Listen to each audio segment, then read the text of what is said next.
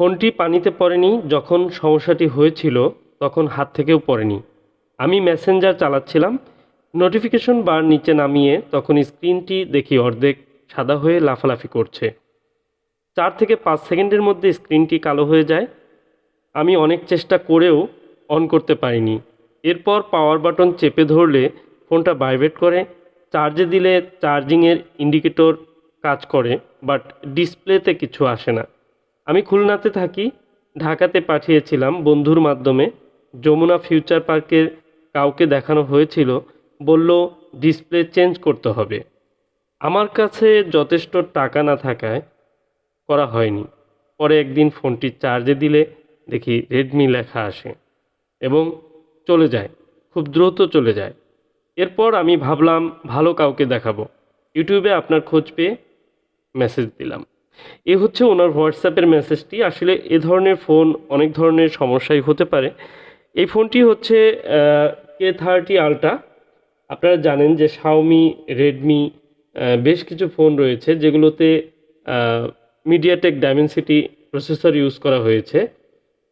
ঠিক একই রকম ফোন এই ফোনটি, যে ফোনটিতে মূলত মিডিয়াটেকের ডায়মেনসিটি প্রসেসর, যেটি ডাবল ডেকার প্রসেসর, কিন্তু এই প্রসেসরটি ব্যবহার করা হয়েছে। আর সেই সাথে কিন্তু ইউএফএস 3.0 এই স্টোরেজটি এই ফোনে ইউজ করা হয়েছে। তো মিডিয়াটেক ডায়মেনসিটি 1000+ এই প্রসেসরটি 7 ন্যানোমিটারের একটি প্রসেসর। এই প্রসেসরটিও কিন্তু হিট হয়। যেহেতু এই ফোনগুলো সাধারণত আমরা গেমিং অথবা খুব ভালোভাবে ইউজ করতে পারি, 120 হার্জের রিফ্রেশ রেট রয়েছে এই ফোনটিতে। আপনারা অনেকেই গেমিংয়ের জন্য কিন্তু এই ফোনগুলো ইউজ করেন। এই ফোনগুলোতেও কিন্তু যে কোনো সময় ডেড ইস্যু অথবা ডিসপ্লে ব্ল্যাক হয়ে যাওয়া, এই প্রবলেমগুলো হতে পারে। তো আজকে এই ফোনটির যে প্রবলেম সেটি আমি সলভ করার জন্য কাজ করব। এবং আপনারা জানেন যে ধরনের প্রবলেমগুলো আমি বিভিন্ন প্রবলেমগুলো যেগুলো আইডেন্টিফাই করি এবং অ্যাকচুয়ালি যদি সেটি প্রসেসর থেকে আমার মনে হয় সেটি সলভ হবে, সেই কাজগুলো কিন্তু আমি সলভ করার চেষ্টা করি। আপনারা হয়তো অনেক সময় ভেবে থাকতে পারেন যে যে ধরনের প্রসেসরের কাজগুলো আমি করছি, আমি দেখতে পাচ্ছেন যে প্রত্যেকটি প্রসেসরের কাজ করছি আর সাকসেস হচ্ছে, প্রবলেমগুলো সলভ হচ্ছে। বিষয়টি এমন না। যখন একটি প্রবলেম নিয়ে আমার সাথে কন্ট্যাক্ট করেন, সেই প্রবলেমগুলো নিয়ে আমি অবশ্যই অ্যানালাইসিস করি এবং কি সেই প্রবলেমটি আদৌ কি সলভ করা সম্ভব কিনা এবং সেটি কি প্রসেসরের ইস্যু থাকতে পারে কিনা, প্রসেসর রিলেটেড কোনো প্রবলেম কিনা, এই বিষয়গুলো অবশ্যই যাচাই বাছাই করে তারপর কিন্তু আমি একটি ফোন রিসিভ করি। যে কারণেই এই ফোনগুলো কিন্তু সাকসেস রেট আমার কাছে অনেক বেশি। এছাড়া আর কোনো কিছু নয়, কারণ আমি একটি ভুল কাজ করার আগে অবশ্যই সেই বিষয়টি নিয়ে অনেকবার ভেবে তারপর কিন্তু কাজ করি, যেন ভুল না হয়। তারপরেও একটি প্রসেসর রিবোলিং করে প্রবলেমটি সলভ নাও হতে পারে, সেটি হতে পারে। বাট যেহেতু এখানে আমাদের ডায়াগনোসিস করার জন্য কোনো আলাদাভাবে কোনো ল্যাব বা কোনো মেশিন নেই যে সেখান থেকে আমরা আলাদাভাবে চেক করব। যদিও এই ধরনের ফোনের ডিসপ্লে বা ফোনটির রানিং যদি না থাকে, তাহলে অনেক ধরনের চেকিং আছে, সেগুলো করতে গিয়ে আমাদের এই মাদারবোর্ডটির পাওয়ার সেকশনের যে স্টিলের ঢাকনা সেটি খুলতে হবে, বিভিন্ন ধরনের ভোল্টেজগুলো চেক করতে হবে এবং এই ডিসপ্লের লাইনগুলো ঠিক আছে কিনা সেগুলো চেক করতে হবে। অনেক কাজ রয়েছে। তো আমার কনফিডেন্স রয়েছে যে এই ফোনটি প্রসেসর রিবোলিংয়ের মাধ্যমে প্রবলেমটি সলভ হবে। যে কারণে আমি কথা না বাড়িয়ে সরাসরি র্যাম এবং প্রসেসরটি আমি রিবোলিং করে আপনাদের দেখাবো। আর ফোনটি রিপেয়ার যদি হয়ে যায় তাহলে অবশ্যই আপনারা একটি সুন্দর মতামত দিবেন এবং এ ধরনের প্রবলেমগুলো যে এই জায়গা থেকে হতে পারে কি পারে না সেই বিষয়টি আমরা আজকে প্রুভ করব। তো আশা করি ভিডিও দেখলে আপনাদের অভিজ্ঞতা বাড়বে। দেখুন আমি র্যামটি রিমুভ করে নিলাম। এটি হচ্ছে মিডিয়াটেকের MT6869 একটি প্রসেসর। তো এই প্রসেসরটির সিমিলার কয়েকটি প্রসেসর রয়েছে যেটি একই ধরনের রিবোলিং প্লেট দিয়ে আপনারা রিবোলিং করতে পারবেন। তো স্টেনসিলগুলো আমরা অনেক সময় ফাইন্ড আউট করতে পারি না, যে কারণে আমাদের অনেকের সমস্যা হতে পারে। তো এই প্রসেসরের যে নাম্বার রয়েছে সেটি দিয়ে আপনি সার্চ করে কিন্তু আপনি প্রসেসরের স্টেনসিল ম্যাচ করাতে পারেন। তো যা হোক, এই ফোনের প্রসেসরের কাজ ইতিপূর্বেও আমি করেছি, আমার চ্যানেলে ভিডিও রয়েছে, আপনারা চাইলে দেখে আসতে পারেন। তো আজকের যে ফোনটি, এই ফোনটি বর্তমানে ডেড মোডে আছে, বাট এই ফোনটিতে চার্জে দিলেও এখন বর্তমানে অন হচ্ছে না। কিন্তু ফোনটি হয়তোবা কিছুক্ষণ চার্জ দেওয়ার পর ফোনটি লোগো আসতে পারে বা হ্যাং হতে পারে অথবা ডিসপ্লে ব্ল্যাক হতে পারে, এ ধরনের প্রবলেম হতে পারে। কিন্তু এই প্রবলেমটি যে প্রসেসর থেকে হচ্ছে আমার এটি মনে হচ্ছে। তো প্রসেসরটি রিবোলিং করার মাধ্যমে ফোনটি একদম আগের মতো পারফর্ম করবে। তো বর্তমানে যে ফোনগুলো, এই ফোনগুলোর প্রসেসর সমস্যা কেন হচ্ছে, এই বিষয় নিয়ে আজকে একটু কথা বলি। এটি হচ্ছে একদম বেসিক কথা যে একটি ফোনের সবচেয়ে গুরুত্বপূর্ণ অংশটি হচ্ছে এই প্রসেসর। আর মাদারবোর্ডের পুরো জায়গাটির মধ্যে সবচেয়ে বেশি কিন্তু প্রসেসরটি হিট হয়। আর প্রসেসরটি হিট হওয়ার পিছনে অন্যতম কারণ হলো যে প্রসেসরের মধ্যে সমস্ত কাজ প্রসেস করতে হয়। আপনি ধরুন একটি ক্যামেরা ওপেন করলেন, সেই ক্যামেরার ইমেজ প্রসেসিং, ক্যামেরাটি লেন্স থেকে শুরু করে সবগুলো লেন্সের সাথে একসঙ্গে কাজ করা, সেগুলোতে পাওয়ার সাপ্লাই দেওয়া এবং সেগুলো ম্যানেজমেন্ট থেকে শুরু করে পুরো ফোনের যে ডিসপ্লে, গ্রাফিক্স থেকে শুরু করে সব কিছু কিন্তু এই প্রসেসর থেকে দিচ্ছে। বর্তমান সময়ে যে ফোনগুলো, স্মার্টফোনগুলো, এগুলোতে প্রচুর পরিমাণে ডাটা প্রসেস করতে হয় এবং হাই রেজলিউশনের যে গ্রাফিক্সের কাজগুলো, সেগুলো এই প্রসেসর থেকেই হয়। মূলত আমরা দেখা যায় যে বর্তমানে কাজগুলো সিপিইউ রিবোলিং করে হয়ে যাচ্ছে। আমরা একটি ট্রেন্ডিংয়ে চলে আসছে যে সিপিইউ রিবোলিং। আসলে যদিও এটাকে সিপিইউ বলে না, এটি হচ্ছে এসওসি বা সিস্টেম অন এ চিপ। কারণ একটি প্রসেসরের ভিতরে যখন সমস্ত গ্রাফিক্স থেকে শুরু করে ক্যামেরা, সিকিউরিটি মানে বিভিন্ন ধরনের প্রোগ্রাম একত্রে একটি প্যাকেজ করে দেওয়া হয়, তখন সেটিকে সিস্টেম অন এ চিপ বলা হয়। কিন্তু দেখুন এই সিস্টেম অন এ চিপ বা এসওসি শর্টকাটে, তো এই এসওসির ভিতরে অনেকগুলো পার্ট থাকে, যে কারণে এই এসওসির মধ্যে বিভিন্ন ধরনের প্রসেস হতে থাকে। এই প্রসেসের কারণেই কিন্তু আমাদের এই প্রসেসরগুলো বা এসওসিগুলো প্রবলেম হচ্ছে। আপনি যদি এই প্রসেসরের কাজগুলো আপনি দেখতে চান, দেখবেন যে একটি প্রসেসরের ভিতরে আপনার বিভিন্ন ধরনের কাজ একসঙ্গে হতে থাকে, যে কারণে প্রসেসরগুলো অনেক গরম হয়। আপনি খুব সহজভাবে যদি খেয়াল করেন যে একটি প্রসেসরের ভিতরে আলাদা কোনো গ্রাফিক্সের কিন্তু কার্ড নেই। আপনি কম্পিউটারে দেখবেন যে একটি আম কম্পিউটারের যে প্রসেসরটি থাকে সেটির উপরে কিন্তু কুলিংয়ের জন্য আলাদা ধরনের কুলিং ফ্যান বা থার্মাল সিস্টেমটি একদম খুব ভালোভাবে দেওয়া থাকে। কারণ পুরো মাদারবোর্ডটির মধ্যে হচ্ছে প্রসেসরটি গুরুত্বপূর্ণ। আবার দেখবেন যে কোনো কম্পিউটারে কিন্তু আলাদা ধরনের গ্রাফিক্স কার্ড লাগানো থাকে, আর এই গ্রাফিক্স কার্ডগুলোর মধ্যে আলাদা ধরনের কুলিং ফ্যান থাকে। তার মানে গ্রাফিক্স কার্ডও কিন্তু গরম হয়।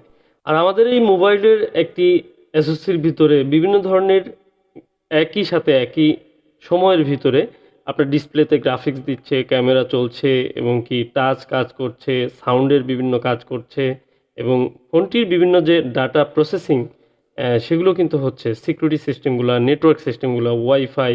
তো অনেক কিছু যখন একসঙ্গে রান হয় তখন কিন্তু এই প্রসেসরটি অনেক হিট হয়। এটি খুব সাধারণ বিষয়। হিট হতে হতে একটি সময় এই প্রসেসরের যে কমিউনিকেশন প্রোটোকলগুলো, যে লাইনগুলো আছে সেগুলোর মধ্যে কোনো একটি ফল্ট হলেই ফোনগুলো বিভিন্ন ধরনের প্রবলেম হয়। সেটি ক্যামেরা, গ্রাফিক্স এবং কি ডেড হয়ে যাওয়া, বিভিন্ন সমস্যা হতে পারে। তো এই প্রবলেমগুলো বর্তমানে একটু বেশি মনে হচ্ছে। কারণ একদম ভালো ফোন হুট করে আপনার এই ধরনের সমস্যা হওয়ার অর্থ কী? এগুলো হচ্ছে আমাদের ইউজ করতে করতে একসময় ফোনগুলোর প্রসেসরের এই প্রবলেমগুলো হচ্ছে। মূলত পাওয়ার সাপ্লাই থেকে শুরু করে অন্যান্য যে আইসিগুলো রয়েছে এগুলো অতটা ফোনের ভিতরে গরম হয় না। শুধুমাত্র এই প্রসেসরগুলোই গরম হয়, যে কারণে ম্যাক্সিমাম ফোনের এখন প্রসেসর প্রবলেম হচ্ছে। তো এই জায়গাটিতে হয়তো ভবিষ্যতে ফোন কোম্পানিগুলো আরও সতর্ক হয়ে বা কিভাবে এটি সমাধান করা যায় সেই বিষয়ে অবশ্যই তারা চিন্তাভাবনা করবে। তো দেখুন আমি প্রসেসর এবং র্যাম উভয়টি রিভলভ করে নিয়েছি। সবচেয়ে বড় কথা হলো যে এই প্রসেসর, র্যাম এগুলোর মধ্যে এক ধরনের পেস্ট ব্যবহার করা হয়, ব্ল্যাক পেস্ট। যখন অতিরিক্ত হিট হয়, হিট হতে হতে এই কানেকশনগুলো একসময় ফল্ট হয়ে যায়। তখন কিন্তু এই ব্ল্যাক পেস্টের কারণেও কিন্তু দেখা যায় এই ফোনগুলো প্রবলেম হতে পারে। কিছু কেমিক্যাল রিঅ্যাকশন আছে, যখন আপনারা হিট দেওয়ার পরে দেখবেন যে এই পেস্টগুলো, আঠাগুলো কিন্তু এক ধরনের বুদবুদ তৈরি করে, যে কারণে হতে পারে এটি প্রবলেম। তো সব মিলিয়ে এই প্রসেসরগুলোর যখন প্রবলেম হয় তখন কিন্তু এই প্রসেসরগুলো এই ব্ল্যাক পেস্ট আঠা থাকার কারণে আমাদের আইসিগুলো রিমুভ করতে অনেক কষ্ট হয় বা আইসিগুলো ঝুঁকি থাকে। যখন এই আইসিগুলো আমরা মাদারবোর্ড থেকে রিমুভ করি তখন কিন্তু এই আইসিগুলো খারাপ হওয়ার চান্স থাকে। যদি এই ব্ল্যাক পেস্ট আঠা বা এত শক্ত কোনো আঠা ব্যবহার না করতো তাহলে হয়তো আইসিগুলো খারাপ কম হতো। তো যা হোক, এরপরেও আমরা কিন্তু দক্ষতার সাথে অনেক টেকনিশিয়ান ভাইরা রয়েছেন যারা এই কাজগুলো করছেন। অনেক সূক্ষ্মভাবে এই কাজগুলো আমরা করে কিন্তু যারা ইউজার রয়েছেন তাদের হাতে পুনরায় ফোনগুলো আবার রিটার্ন দিতে পারছি। আর এই ফোনগুলো কিন্তু অনেক সুন্দরভাবে তারা ইউজও করতে পারছেন। কারণ দেখুন প্রসেসর কিন্তু ড্যামেজ হয়নি। প্রসেসর, RAM এগুলো কিন্তু একেবারে যে ড্যামেজ হয়ে যাওয়া সেটি কিন্তু হয় না। ফোনটির সমস্যা হয় সাময়িকভাবে যে কানেকশনগুলো ফল্ট হয়, যে কারণে আমাদের এই সমস্ত আঠাগুলো পরিষ্কার করে এই যে কয়েকশো বল রয়েছে আইসির নিচে, সেগুলো খুব সুন্দর করে আবার নতুন করে বলগুলো তৈরি করে তারপর লাগিয়ে দিলে ফোনটি কিন্তু আবার সচল হয়ে যায়। তো কাজটি অনেক সহজ মনে হতে পারে, কিন্তু আসলে কাজটি অনেক কঠিন। কারণ কঠিন যদি নাই হতো তাহলে এ ধরনের ফোন কিন্তু সবই কমপ্লিট হতো। অনেক ফোনই আছে যেগুলো কাজ করার পরে দেখা যায় ফোনগুলো আর হয় না, ডেড হয়ে যায়, আইসিগুলো খারাপ হয়ে যায়।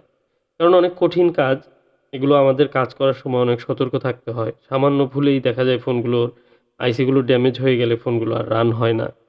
এই র্যামগুলো অনেক পাতলা থাকে, অনেক স্লিম থাকার কারণে র্যামগুলো রিমুভ করার সময় অনেক সময় র্যাম ড্যামেজ হয়ে যেতে পারে।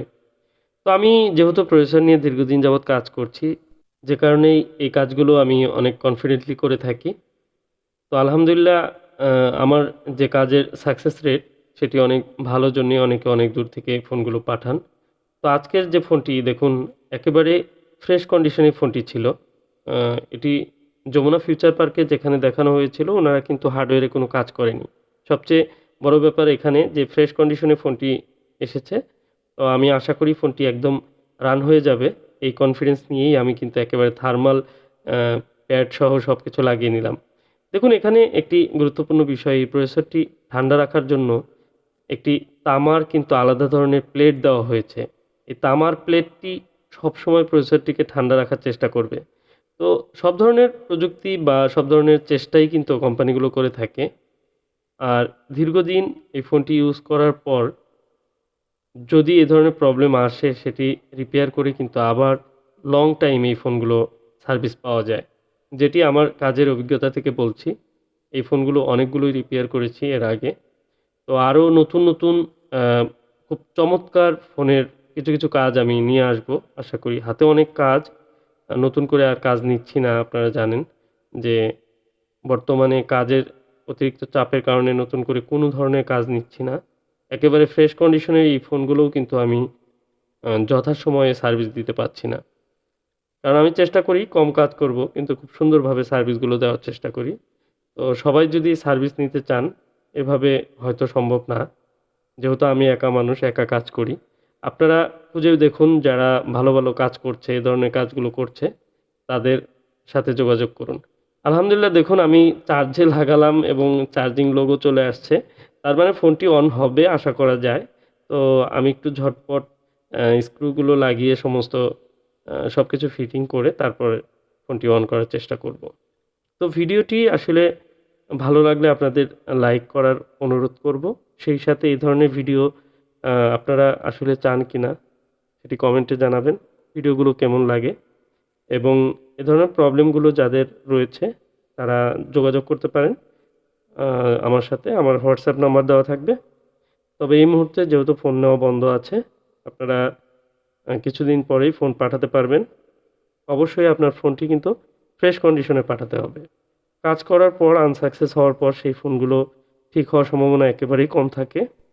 কারণ দেখুন খুব সিম্পলি কিন্তু আমি এখানে বাড়তি কোনো কাজ করিনি। বাড়তি কিছু দেখাইওনি আপনাদের। জাস্ট আমি RAM এবং সিপিইউটি খুব নিখুঁতভাবে রিবোলিং করে ইনস্টল করেছি, ফোনটি রান হয়েছে। তো আমি ফোন অন করে নিলাম। তো এই ফোনটির যে কাজটি, এই কাজটি যদি আমার আনসাকসেস হতো তাহলে আমাকে অবশ্যই চেকআপ করতে হতো অন্য কোথাও কোনো প্রবলেম আছে কিনা। কিন্তু এ ধরনের কাজগুলো সাধারণত প্রসেসর RAM রিবোলিং করে হয়ে যাওয়ার মতো যদি থাকে সেটি আমরা ১ম এ যে পাওয়ার সাপ্লাই, ডিসি পাওয়ার সাপ্লাইয়ের মাধ্যমে চেক করি এবং চার্জিংয়ের মাধ্যমে চেক করি এবং হিস্টোরিগুলো নিয়ে তারপরে কিন্তু আমরা মোটামুটি একটি কনফার্ম থাকি যে এই কাজগুলো প্রসেসর থেকে হয় কিনা। কারণ আমাদের অনেক কিছুই কিন্তু চিন্তাভাবনা করে তারপর সিদ্ধান্ত নিতে হয়। অনেক সময় যারা ইউজার রয়েছেন তারা মতামত দেন, অনেক সিদ্ধান্ত দেন। কিন্তু আমি মনে করি যে একজন চিকিৎসক তার বিভিন্ন কিছু চেক আপ করার পরে হিস্টোরি নেওয়ার পরে সেই সিদ্ধান্ত নেবেন যে তার পেশেন্টকে কী ধরনের ট্রিটমেন্ট দিবেন। কারণ আমাদেরকে কেউ যদি অন্য কাজের জন্য অনেকে আছে বলে যে সিপিইউটা রিভলভ করে দেন। সেই কাজগুলো আসলে করতে চাই না। তারপরেও অনেক সময় এই ধরনের কাজ আসলে দেখা যায় তাদের সন্তুষ্টির জন্য কিন্তু অযথা অনেক সময় সিপিইউ রিবোলিং করা হয়।